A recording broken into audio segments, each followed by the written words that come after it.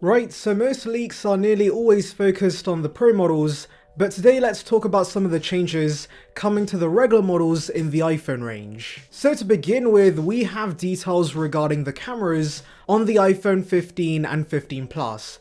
Now for the last few years, we've seen the regular model get the main sensor from last year's Pro models. So for example, the 14 got the 13 Pro main lens, and the 13 got the 12 Pro Max main lens. Now based on this, you would expect the main sensor from the 14 Pro on iPhone 15, but it seems there might be a twist. So yes, according to Jeff Poo, we are getting a 48 megapixel main sensor on the 15 and 15 Plus, but they're going to be using a new triple stack sensor that captures more light, which is a nice upgrade. Now the question that comes to my mind after hearing this is whether we'll see this on the Pro models too, because this sounds like a second generation 48 megapixel sensor that would be an upgrade over the 14 Pro, and so it would be odd if only the regular models get this.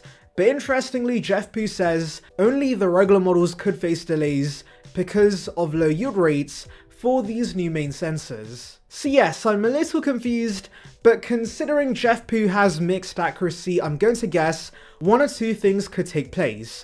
The first thing is Apple giving all iPhone 15 models this second gen 48 megapixel sensor if they're feeling generous. The second possibility, however, is basically what Apple has been doing for a while. The regular 15 gets the 48 megapixel sensor from the 14 Pro, and this new stack sensor, of course, comes to the 15 Pro. Now I'm really hoping the first possibility happens and we see this new sensor on all models, because they went too far with the regular 14s and held back too many features.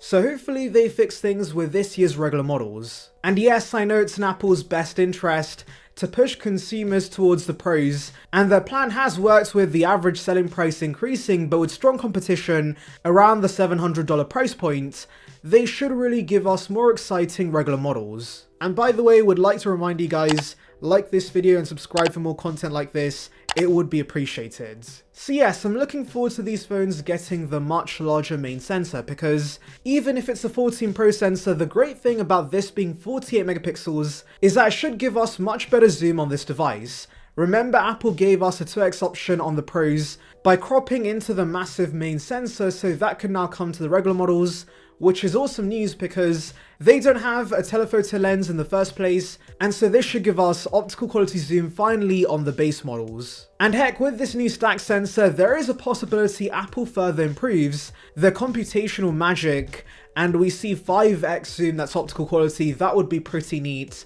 And remember, the Pro Max this year is getting the periscope lens, so they can afford to give the regular models significant zoom upgrades, since the Pros will still be a lot better. Also want to mention, I'm hoping we finally get a better ultra-wide, because I believe the regular models are still using the same sensor from the iPhone 11, which of course is not great for today's standards, especially since it lacks macro and focus. So I'm really hoping this year's regular models get the upgrade to the new ultra-wides the iPhone 14 Pro had. Now moving on to next year's regular models, we have news that unfortunately the display size increases we've heard about only apply to the Pro models. So for those not aware, Ross Young told us the Pro models in 2024 could be 6.3 inches and 6.9 inches, nice, and I'm actually pretty excited for the size increase on the regular 16 Pro, because I've been considering downsizing from the Pro Max, and I believe 6.3 inches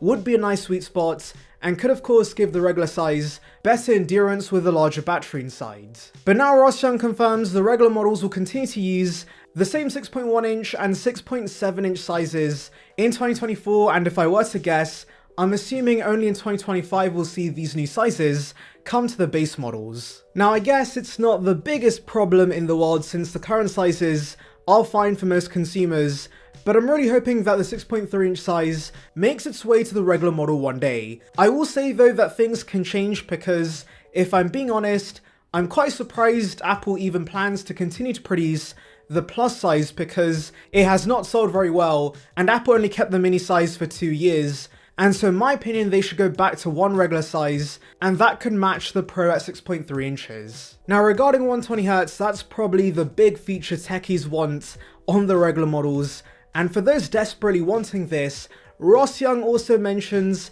that's not coming anytime soon. So he says the regular models aren't gaining LTPO, which is what's needed for the variable refresh rate, till 2025, which means both the iPhone 15 and 16 are going to be sticking to 60Hz. Now I know people are going to be annoyed by this, but to be honest, I don't think Apple's target demographic particularly cares about this, and it personally does not bother me as well, because at the end of the day, while I do pick up on 120Hz, on the 14 Pro Max I can live without it, and I think there's other features Apple should first bring to the regular models, like the camera improvements I mentioned, and a frosted back. Anyways, let's now delve into your comments. So Xander says, I will definitely get an iPhone 15 Pro Max, but if the iPhone 16 Ultra interests me next year, I may just trade in my 15 for it.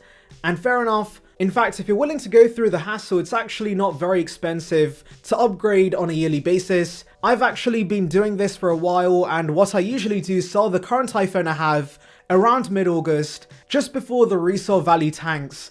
And so when the new iPhone launches, it's only $100 to $150 to upgrade.